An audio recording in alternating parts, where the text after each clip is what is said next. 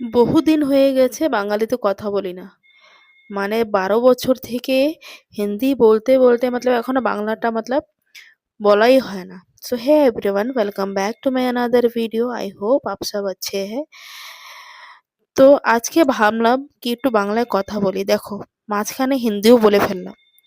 এখানে ঘর থেকে সকাল সকাল কিছু সবজি আসছে, যেরকম যেরকম কি সিম, টমাটোর, চেরি টমাটোর এসব মা পাঠিয়েছে। তারপরে কি করলাম, সিমটুক ঠিক করে কেটে ধুয়ে জলে ভিজিয়ে রাখলাম। আর এখানে মশলা কষিয়ে নিয়েছি। ভাবলাম কি একটা সিম দিয়ে আলু দিয়ে একটা সবজি রান্না করব। তো গাইজ হইতে পারে মতলব আমি বাংলা বলতে বলতে কিছু ভুল করে ফেলি, কেউ কিছু মনে করবে না। ফার্স্ট একটা ভিডিও করছি, যেতে একটু কোশিশ করলাম বাংলা বলার। এখানে সিম দিয়ে ভালো মতন কষিয়ে নেব।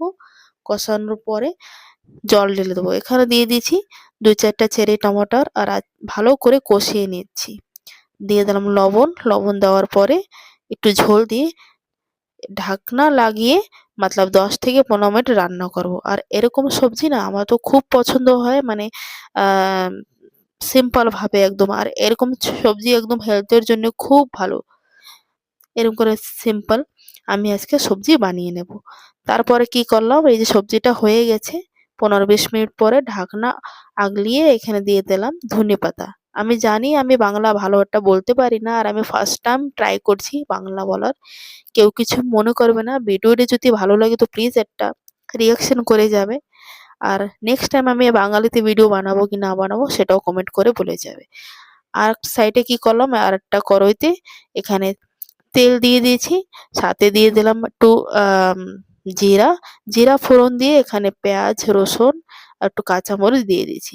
ভালো মতন ভাজা হয়ে গেছে। ভাজা হওয়ার পরে এখানে দিয়ে দিয়েছি ওই যে টমাটার, চেরি টমাটার, যেগুলো মানে বাড়ি থেকে আসছে সে। সাথে 2টা বড় টমাটোরও ছিল, সেটাও দিয়ে দিলাম। অ্যাড করছি হলদি, সাথে অ্যাড করলাম একটু লবণ। আর এখানে দেখো আমার যে টমাটারের চাটনি সেটাও হয়ে গেছে। ধনেপাতা অ্যাড করে দিলাম একটু বেশি করে।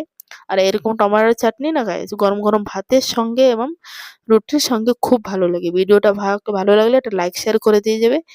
দেখা হবে পরবর্তী আরেকটা ভিডিওতে।